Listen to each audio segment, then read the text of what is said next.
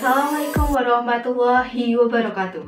Perkenalkan, nama saya Jian Sabila, NPM 19103010666 dari kelas 4B PBSI. Pada kesempatan kali ini, saya membuat video ditujukan untuk memenuhi tugas mata kuliah kepewaraan yang diampu oleh Ibu Teresia Ratnaning Hapsari, SS MPD. Nah, video kali ini mengenai topik Undang-Undang tentang Kepenyiaran. Saya akan memaparkan mengenai sebuah kasus terkait pelanggaran Undang-Undang Kepenyiaran. Undang-Undang Kepenyiaran yang menjadi dasar bahasan dari kasus kali ini adalah Undang-Undang Nomor 32 Tahun 2002 mengenai penyiaran, Pasal 46 Ayat 3 tentang hal-hal yang dilarang dalam siaran iklan niaga. Bunyi dari pasal 46 ayat 3 adalah sebagai berikut. Siaran iklan niaga dilarang melakukan A. Promosi yang dilakukan dengan ajaran suatu agama, ideologi, pribadi, dan atau kelompok yang menyinggung perasaan dan atau merendahkan martabat agama lain, ideologi lain, pribadi lain, atau kelompok lain. B. Promosi minuman keras atau sejenisnya dan bahan atau zat adiktif. C. Promosi rokok yang memperagakan wujud rokok. D. Hal-hal yang bertentangan dengan kesusilaan dan nilai-nilai agama dan atau E. Eksploitasi anak di bawah umur 18 tahun. Baik. Saya memilih pasal 46 Undang-Undang Nomor 32 Tahun 2002 mengenai kepenyiaran karena menurut saya menarik untuk dibahas dan diketahui sebagai sebuah menambah pengetahuan baru dan pemahaman baru bagi orang-orang yang awam seperti kita. Umumnya halayak menikmati siaran atau tayangan iklan itu hanya menganggap bahwa siaran iklan tersebut ditujukan untuk menghibur dan mempromosikan sebuah produk saja. Akan tetapi, bila kita bisa lebih jeli melihat siaran iklan tersebut, kita bisa mengambil makna atau hikmah atau pesan yang pesan yang ada dari sebuah siaran iklan pada setiap adegannya. Jadi, Intinya iklan bukan hanya sebagai ajang promosi atau ajang untuk menghibur orang yang menonton saja. Lalu, mari kita masuk ke dalam bahasan kasus. Kasus ini berkaitan dengan siaran iklan niaga. Bila kita membaca pada bab 1 ketentuan umum dari Undang-Undang Penyiaran pasal 1.6 di atas, dijelaskan bahwa siaran iklan niaga adalah siaran iklan komersial yang disiarkan melalui penyiaran radio atau televisi dengan tujuan memperkenalkan, memasyarakatkan, dan atau mempromosikan barang atau jasa kepada halayak sasaran untuk memenuhi konsumen agar menggunakan produk yang ditawarkan. Baik, kasus ini sebenarnya berkaitan dengan penayangan iklan niaga sebuah aplikasi bermain atau aplikasi game yang bernama Hago. Pasti kalian pernah atau tahu ya game Hago itu seperti apa.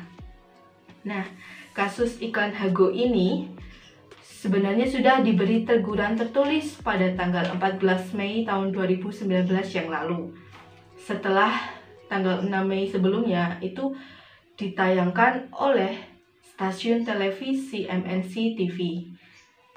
Meskipun sudah terjadi hampir 3 tahun yang lalu, tetapi kasus iklan Hago tersebut belum menarik untuk kita bahas atau kita ketahui. Lalu, kenapa sih iklan tersebut termasuk ke dalam pelanggaran Undang-Undang Kepenyiaran?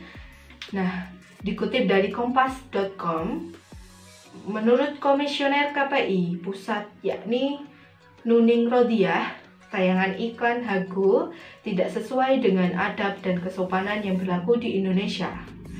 Sehingga jenis pelanggaran ini bisa dikategorikan sebagai pelanggaran atau larangan program siaran yang menayangkan hal-hal yang bertentangan dengan kesusilaan masyarakat.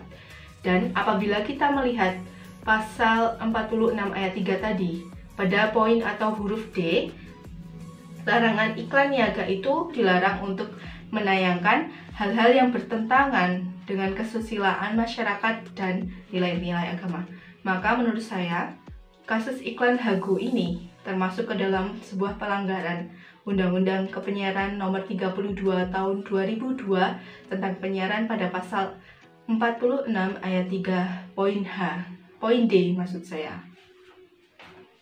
Pelanggaran tentang penayangan iklan Hago tersebut juga termasuk ke dalam pelanggaran Pedoman Umum Perilaku Penyiaran Komisi Penyiaran Indonesia tahun 2012 pasal 43 serta Standar Program Siaran Komisi Penyiaran tahun 2012 pasal 58 ayat 4 huruf H.